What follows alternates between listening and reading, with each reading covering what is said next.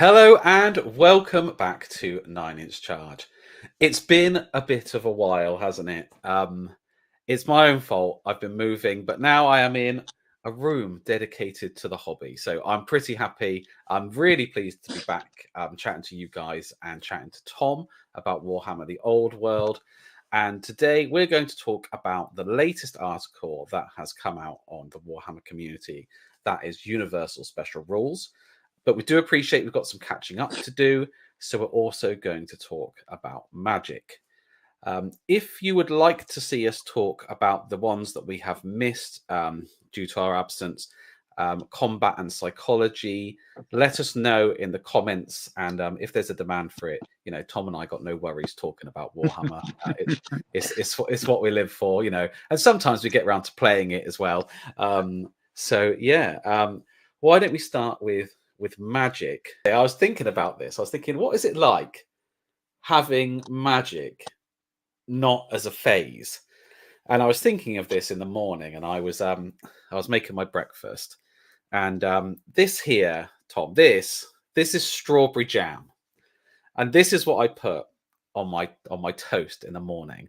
And what I don't do is get one blob of it and just put it in one place. What I do is I smear it. Yeah, I spread it out across the toast, and then it flavors every part of the toast. And that's what they've done. They've taken inspiration from strawberry jam, and they've made the magic flavor the whole of the game.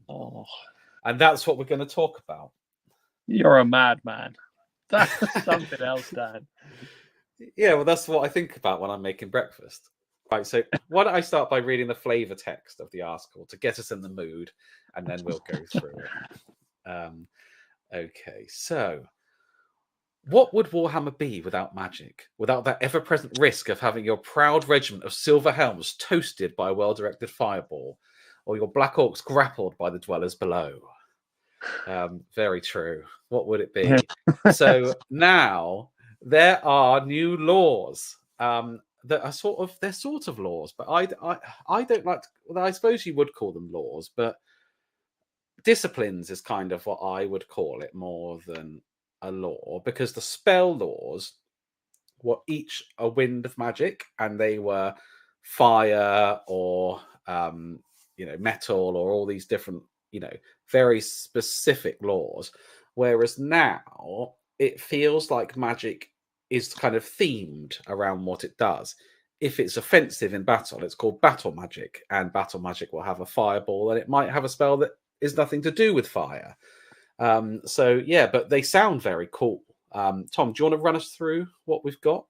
So we've got battle magic, dark magic, demonology, elementalism, high magic, illusion, necromancy, and warg. Wow. So it says here, most mages will have access to 2 or more of these, selecting one law at the start of each battle. Which is interesting, because that means potentially in a tournament, then, if you choose your law at the start of each battle, you could take a different law in a different game. Yeah.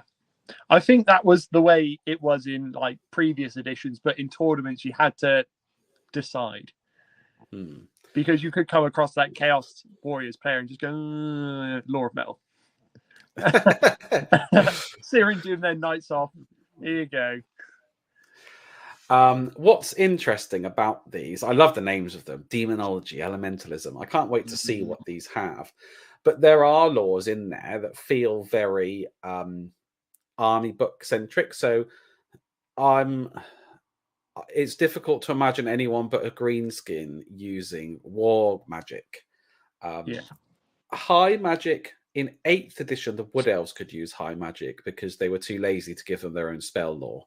So they gave them high magic and dark magic and made them a kind of a balance of both, which was all Matt Ward's doing, and he should have written them their own spell law. But less about that. What do you think about that, Tom? Do you think that a normal man will have access to the warg? No. I can't see it. So I think these are going to be in the cool rule book because it just about covers everything. that we see, so like the 8-9 armies we see supported at release, so they can play with some magic, right? Yeah, so I think it's saying, right, Greenskins, on release, you don't have an army book, but your spell lore is in the rule book. So don't worry. Use your units and the rules we've given you, and your spell lore is covered somewhere. Same with High Elves, by the looks. Yeah. Although I do really like the sound of an Empire wizard like running around with necromancy. Even an army around that, some like lost border prince summoning zombies, everything. That sounds really good, like really good fun. Yeah, I don't think that it, of course there will still be men who do that, and there was an undead presence in the Empire, in the Von castings, but they seem to not be mentioned at the moment. But you never know, in the future that may happen. So how do you cast? I think this is the most controversial thing, isn't it? Because they've done away with you having a big pool of dice that you have to manage. I think because now magic's in every phase of the game, it's just something else that you have to keep track of in every phase. Whereas if you kept it concentrated in one phase, it's quite easy to do. So now they've done away with it. And it is 2d6 dice to cast your spell, and you add your wizard level. So your spell will have a casting value of, say, 7. You roll 2 dice, you add the value, and there you go. There doesn't seem to be any broken concentration. If you fail, you could still cast in subsequent phases or have another go later on. It doesn't mean you can't cast anymore because you've broken your concentration. You've just had a bit of bad luck, or it just hasn't quite gone how you hoped. Dispelling is the same. You roll 2d6 and you add your level, and then if you beat your opponent's score, then you've dispelled. The big changes to casting and dispelling really are, firstly, is the range. So to dispel, if you're a level 1 or 2 wizard, you have an 18-inch range to dispel. And if you're a level 3 or 4 wizard, that increases to 24. What's interesting about that for me, straight off, is that in Warhammer Fantasy Battles, traditionally, you start 24 inches away. So what that means is, in the first turn, or if you position, or if you've got a level 2 wizard in particular, you can't dispel. Even if your opponent has moved forward a while, you still may not be able to dispel because they'd have to move over 6 inches. So that's quite interesting, and that plays into what they said about positioning of wizards. So I think we're going to see wizards. We used to see wizards barrel down the side of the table and try and release a vortex, is what we used to see all the time. Whereas now, I think we're going to see kind of area of effect and control. So you're going to try and push your wizard up the middle, or you're going to have 2, kind of one either side moving up, because then that will give you these. They are wide areas, but otherwise you're going to be zoned out of control for magic. Yeah, I agree. I think it's going to be aggressive styles of play with your wizards, which I'm really looking forward to exploring. So, the other thing just to say about dispelling is that your army can still dispel even if you don't have a wizard. Everyone gets a free dispel, which is called a fated dispel, and that is done without modifiers. So you just roll 2d6. But it did say that there are kind of ways to add modifiers to that with magic resistance. So it sounds like magic resistance, instead of giving you a ward save, is a negative to cast. So if you've got a level 4 wizard casting against a unit of dwarves and they've got like the master rune of spell breaking, then you could be like -5 to cast or something like that. Maybe is what that sounds like. Irresistible Force and miscasts are back, but they're not called Irresistible Force or miscasts. But I think my brain is just wired now, so I think I am going to call it Irresistible Force just by force of habit, basically. Well, it's still a miscast, and it's called a perfect invocation. A perfect invocation. But what's interesting now is, so Irresistible Force was you cast your spell and no one could stop you, and and then a miscast was you failed your spell, and then something awful happened to your wizard. But now this can happen to you when you're dispelling. So if you dispel with a 6/6, it's An unbinding. Yeah. So you dispel. I don't know what was the wording. A 6/6 counts as an unbinding, dispelling no matter the cast roll.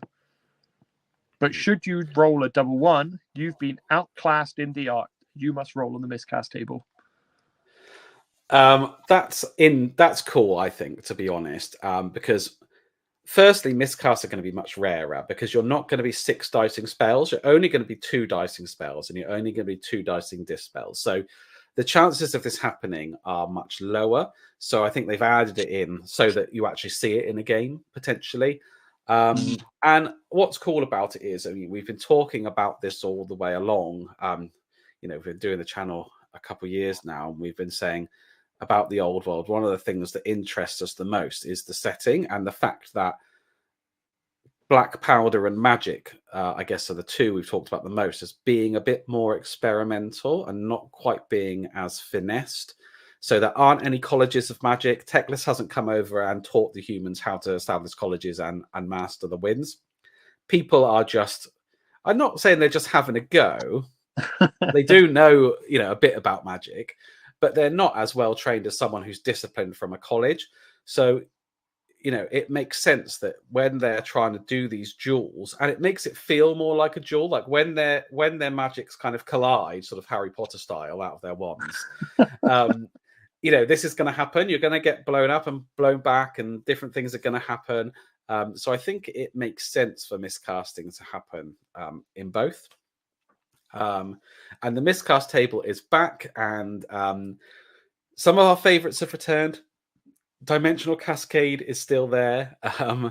But Tom, why don't you chat us through the miscast table? So on a 2d6 result of a 2 and a 4 Dimensional Cascade, the summoned magic breaks free, creating an ethereal tornado. Center a 5-inch blast template over the wizard. Every model, friend or foe, whose base lies underneath the template risks being hit or suffering a strength 10 hit with AP of -4. Ouch. Ouch. That could suck if you try to dispel something, for sure. But at least your wizard doesn't get sucked into the abyss. Yeah, that's something actually. So I was thinking like, oh, there's your mage bunker gone. But now, like you said, you've got to consider that could happen when you're dispelling. So it could happen. It could so happen that in the first turn of the game, before you've done anything, the opposing wizard moves forward and casts a spell, and you try to dispel it, and before you have done anything, all you've done is tried to dispel. You've blown up a large blast template of strength 10 hits across your own army. I do think at that point my hand may extend across the table. I just feel, thanks for that. Good game. I would re-rack for sure. That was the result. Yeah, but I mean, it's very unlikely. You'd be so unfortunate, wouldn't you? Because you'd have to roll a 2, like a 1/1, and then on the miscast table a 2 to a 4. So, but it will happen. Dice have happened. I bet you when we play, like the first game we play, I bet you that happens. So yeah, that's something to consider. Definitely, it's still devastating, but yeah, you're right. The worst thing that can happen to the wizard is that they take 1 strength 10 hit. And does it say all eligible models take a strength 10 hit? They risk being hit, so I suppose you still get a lookout, sir. So some guy stood next to the wizard. It's like noticed and it's like, oh god, he's balls this right up. Look out, mate! Here it comes. Yoinks him out the way. So yeah, okay, cool. What's next on the miscast table? On a result of a 5 or a 6, we have a calamitous detonation. Rolling magic explodes from the wizard in a flash of light. Center a 3-inch blast template over the wizard. Every model, friend or foe, whose base lies underneath the template, risks being hit and suffering a strength 6 hit at AP of -2. That's not bad. So like a minor version. Just a small blow up. Yeah. Okay. And a result of a 7, we have a careless conjuration. The wizard mispronounces a syllable, causing the spell to backfire, knocking him to the ground. The wizard suffers a single strength 4 hit with an AP of -1. Yeah, I can imagine a lot of that happening quite a bit.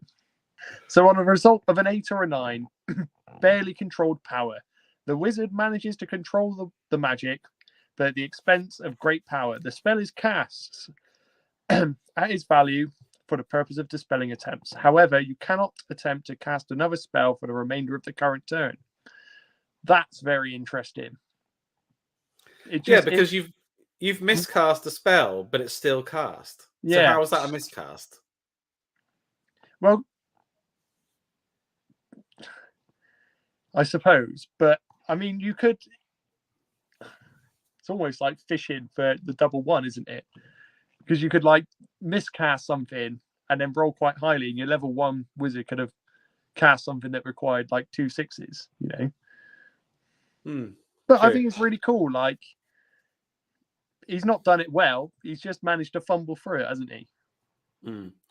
And there is that payback that you can't cast in other phases because you know, and that could be really serious because we were talking before, weren't we, about how you would cast your conveyance spell to get your unit into combat, and then you might cast your spell that's in the combat phase, your battle magic, your hammer hands, or something like that. So it means that you can't chain your spells along, and it could really interrupt how you thought your turn was going to go.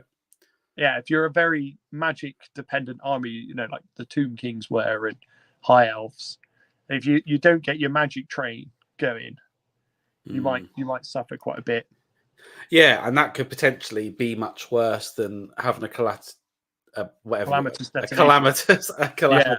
Yeah, because you might have and like got into combat with a really deadly unit, expecting to buff up and dispel all of their buffs, and then suddenly you're toe to toe with a unit you really don't want to be in with. Or you could have a lone wizard, so the template wouldn't really matter. You'd just take 1 hit, and you wouldn't really care about that. But actually, him not being able to cast the rest of the game is much worse. That would be an interesting meta to see. Are we going to see lone wizards running around, pushing for control and trying to zone out other wizards? So what's the last one? The last one, Power Drain. On a result of 10 or 12. With a deafening boom, the summon magic is unleashed and an unnatural calm descends. The spell is cast with a perfect invocation. However, you cannot attempt to cast any more spells for the remainder of the current turn. That's interesting. That's like what it used to be, where you would irresistible force and miscast at the same time. Yeah, that was it, wasn't it? So you get perfect invocation, but then you can't cast. Okay. And it's really nice because it doesn't none of these sap your wizard's power for the rest of the game. It's just for a turn they might not be able to cast, or they take a hit. There is nothing worse than investing a lot of points into a wizard for them to suddenly roll. I can't remember what it's called. I think it may have been Power Drain. They lose all their wizard levels, can't cast any more spells. I think the thing for me that I've found there to be the most interesting is that it's not so bad for you if you roll on the miscast table after you've tried to dispel, because the outcome is you can't cast anymore in that turn. But that's fine because it's not your turn. So in your turn, you can still cast. The only thing that can really happen to you when you roll to dispel is that on the miscast table is that you can do some damage to your wizard and the surrounding units, but it's not gonna impair you from being able to cast spells in your turn. No. Cool.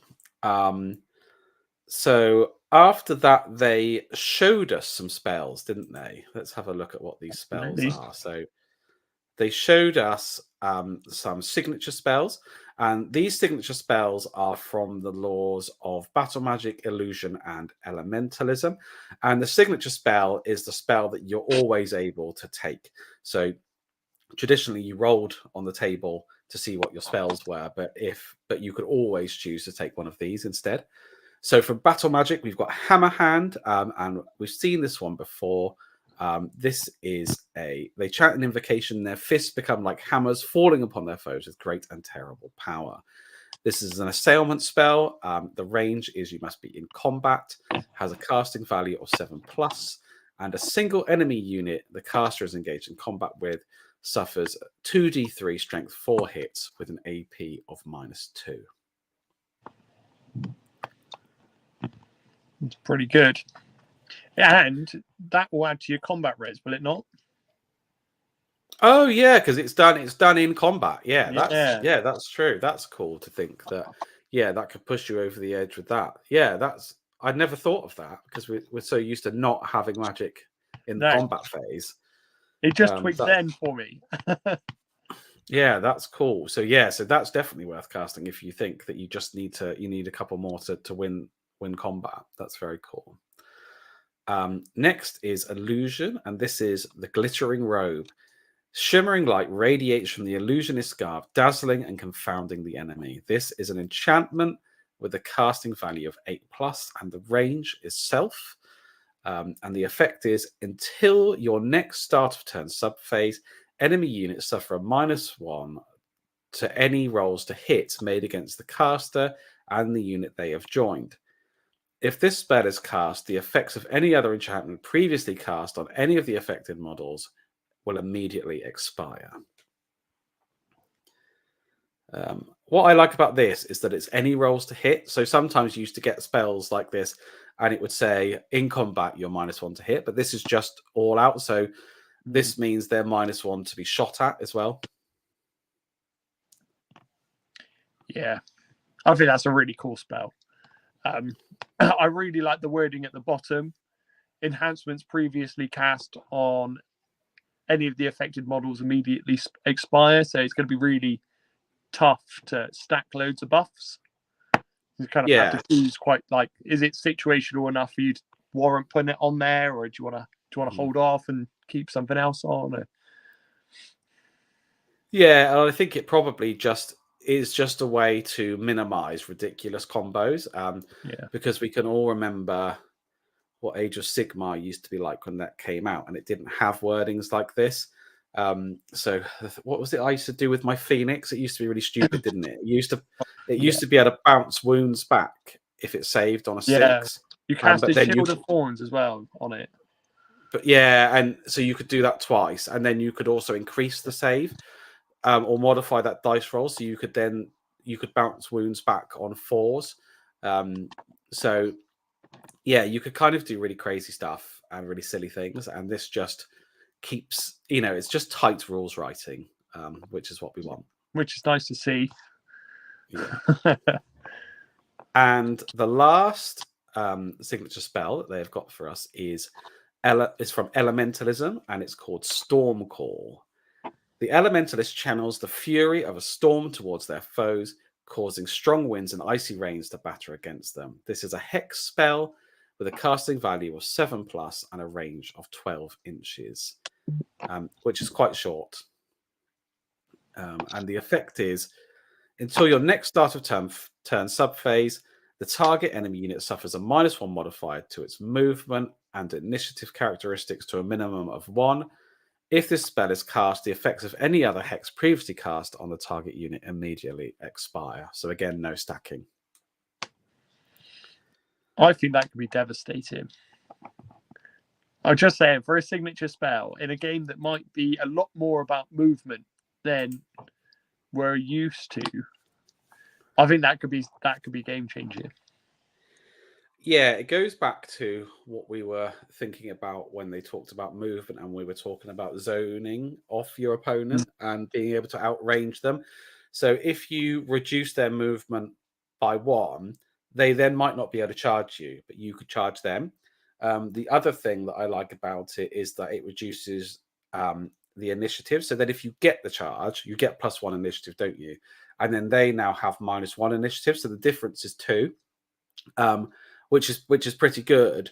And I think that could be really helpful because there will still be situations where you will charge into a unit, but because their initiative is so much higher, they'll still strike you first. So this might change things around a bit so that when you charge in, you are guaranteed to have the initiative and make the full effect of having your charge. So yeah, I think you're right. I think that this is it's situational, and it will take a bit more clever play than just charging in and saying I'm going to do hammer hand. You might have to think about the positioning of your units a bit more. But it's but yeah, it definitely it could be really useful. Oh, and the last thing in the Magic article was we got to see our first profile, and we'll see another one in just a moment when we talk about universal special rules. And we got to see the handmaiden of the lady and what she looks like, what her profile is like. But we're going to do a bit of a deeper dive into profiles in just a second. So we've been talking about universal special rules for a while. When we were talking about shooting, longbows had armor bane, and then we were like, oh, what's armor bane? I don't know what armor bane is. So they've got an article where they talk about universal special rules now. They don't tell us all of them in the article, but they do tell us that there are going to be 75 of them. So there's quite a few to learn, but I still don't think that this may be too many. And I really like universal special rules because everyone's on the same page. So, you know, this may not be the correct forum to admit this, but I do play Age of Sigmar.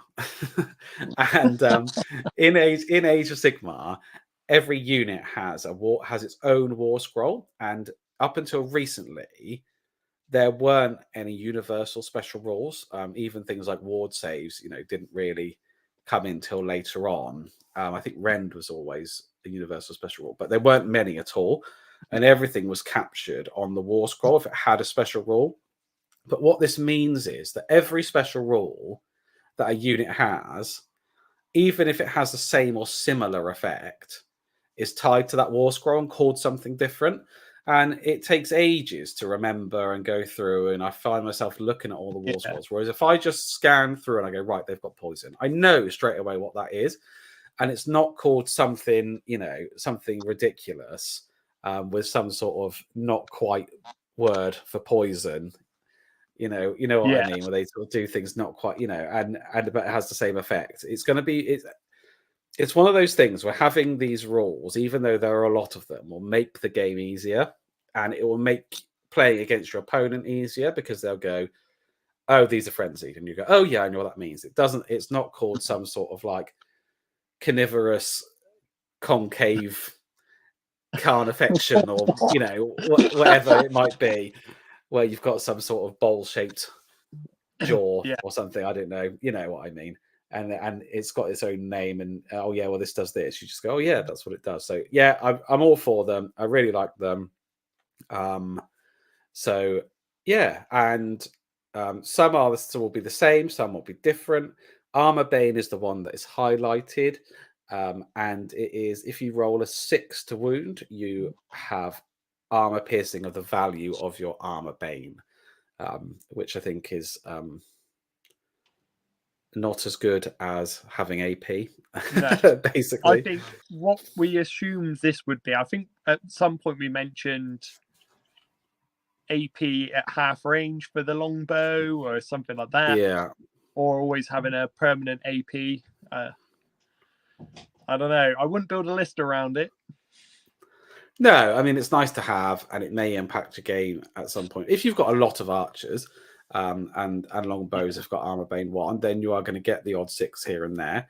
But yeah, it's not going to do a great deal. But that is one of the special rules that they have highlighted. The other thing that they've highlighted are army-specific special rules. So there are some and ways that you can build your army, which is something that we spoke about ages ago before they started doing these articles. We were saying that we hoped that the armies had their own flavor, and then also within the army there might be a couple ways to build it, so that you could have, if you had a Bretonnian force, you could have maybe a more peasant heavy force and a more kind of chivalrous type force, but that they would both be kind of equally balanced. And these rules will kind of help you lean into however you want to play. Yeah. Oh, there's some really cool ones for the Bretonnians. I got really excited about reading the one, First Charge. I want all cavalry to have First Charge. So what does that do? So let me explain this for a second. First Charge. If their first charge of the game makes contact, the target unit loses rank bonus until the next round of combat. Oh, that could be filthy. That is how you break a unit on the charge. That is. I'm doing an all-night Bretonnian list, and we're just going to charge in the second turn. Everything. Break everyone. Yeah, very cool. So why don't we have a look at the Grail Knights, because they've given us their profile, and they're 38 points a model, which is exactly what they used to be before, but they are slightly different now. And I think some of the changes are for the better, some of them not. I think overall, I think they are better than what they were, especially now. Cavalry, I think, are going to be king because of their charge range, because they'll be able to zone people out, and I think a good unit of cavalry will be amazing. And this is a very good unit of cavalry. So there are some changes to their profile. If I just get them side by side. So they used to be weapon skill 5, and now they're weapon skill 6. They used to be ballistic skill 3, now they're ballistic skill 2, which doesn't matter because they're not going to fire anything. They stay strength 4, but now they are toughness 4, so they're that little bit harder to wound. And their leadership has increased from 8 to 9. One of the interesting things that it says here, Tom and I were trying to work it out before when we were reading the article, is that it says, with heavy armor shields and a barded Bretonnian warhorse, they have a save of 3+. And I was like, no, they don't. They have a save of 2+, because you start at 6 and you've got heavy armor, so 6/5, shield 4, mounted 3, and barded 2. So we think that it must be that you don't get +1 save for being mounted anymore. It's kind of what we've whittled out, which is interesting. So they now have a save of 3+ instead of a save of 2+.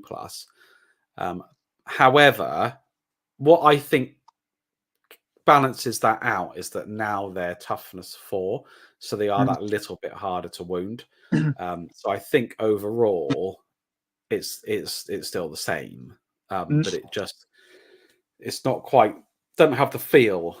Yeah, and the other thing is, chopping through armor isn't as easy. You really need like a tin opener to get through these guys now. It's not just throw a load of strength 4 attacks at them and they'll start falling, because strength 4 isn't AP1 anymore, is it? So that's true. Yeah, you need a specific weapon. Yeah.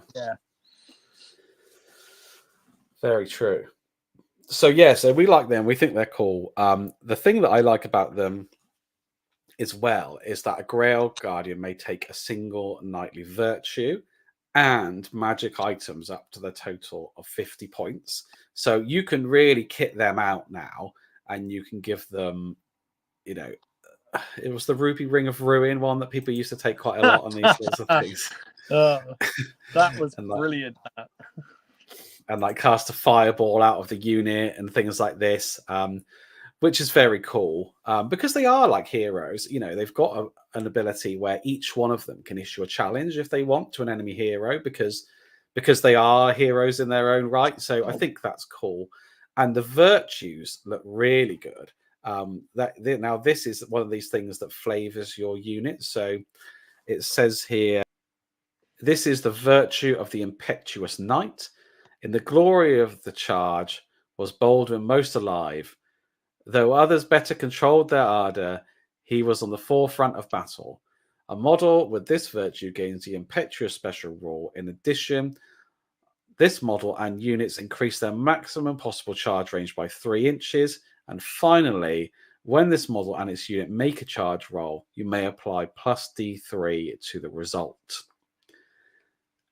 And then he gets a magic weapon and a magic standard, and he can choose which one he takes. And the sword is the Dragon Slaying Sword, which has magical attacks and the Monster Slayer ability. I'm not sure what that is. I have looked through some previous editions and can't find it, so have to see what that is. We think it might be some kind of killing blow, but not a full killing blow, like do some wounds that can't have an armor save, potentially against monsters. And then the Blazing Banner, which is a unit carrying the Blazing Banner gains the Flaming Attacks special rule. So yeah, that's pretty good. I mean, it does make them just an incredible unit, doesn't it? When you add all these bells and whistles on the edge, I mean, they are just a unit. Well, like they should be. They're just a unit of heroes. They are living saints crossing the battlefield, glowing in the aura of the lady, lances down, ready to break you and ruin your rank bonus and make you turn and flee off the table. Oh, mate. I just like the combination flashing through my head right now is Virtue of the Impetuous Knight. Because these Grail Guard have plus D3, plus D6 to their charge range anyway, they'd get a 3-inch extra charge range in maximum charge range and another 3 inches, and then they'd get to roll 2d6 plus d6 plus d3. So they'd just be able to sail across into the sunset on the first turn, just cutting down everything. Yeah. Oh, I can't wait.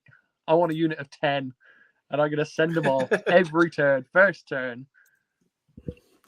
What is their maximum charge? What is the maximum potential charge? So they get a movement of 7 because we think barding will be -1. It depends. Bretonians actually didn't suffer that, did they? Because they are big war horses. So let's keep it at 8. Plus 3d6. So you could roll 18. Plus an additional d3 for that guy. So the charge range is potentially 29 inches. That's a first turn charge. That could happen. But you can only declare +3 for swift stride. So they could declare a charge 26 inches away. So you could be across the table from these knights and they're deployed, and you are still within their potential threat range, and they could declare against you. Yeah. That is terrifying. Yeah, it is. And there's no point in them not declaring because you move the full charge distance, don't you? Well, there is, I suppose, if they go too far. Because they'd lose first charge. The first charge has to make contact for it to... I see. So that's what... Okay, so... Because I was going to say, it doesn't really matter because they can still counter-charge, but they would lose first charge. Yeah. But that's all right. Just go second. You're going to go second anyway. You're going to kneel and pray. You're going to kneel and pray to the lady. Get your ward save. Your opponent's going to move up. And then you're going to charge them first turn and just ruin them. Yeah. Before you cast any enchantments on them as well. Yeah. All I'm going to say is, if you are playing against Grail Knights, bring an eagle with you and put it in front of them, and then just ignore them and ignore them for the rest of the game. If you're able to do that, or bring fanatics or something. I don't know. Just whilst they're praying to the lady, you go and say a prayer that they don't charge you. Yeah. Avoid. Run away. Kill the peasants. You can get them. Yeah. Yeah. So they seem really formidable, don't they? So yeah, it's cool to see these more and more. I mean, we're just waiting for the rule book now, aren't we? We'd really want to open it and see it and read it and enjoy it and look at the artwork and take in the lore. And yeah, we just can't wait. But until then, these articles are really cool. So we will keep doing videos on them. As I said, if you want us to go back and cover the ones we've missed, let us know in the comments and we'll be sure to do that. And if not, we will just keep going forward and keep looking forward until until the day of release, and then we're going to be playing some games. Can't wait. I've started on the terrain. It's somewhere on one of these shelves up here. I've got my Fantasy Battles terrain that I've been making. So yeah, cannot wait. As ever, if you've enjoyed, please give it a like. If you'd like to see more, please subscribe. Huge thank you to our patrons, Alithana and Sidukura Khan, who helped make all this happen. And we will catch you next time.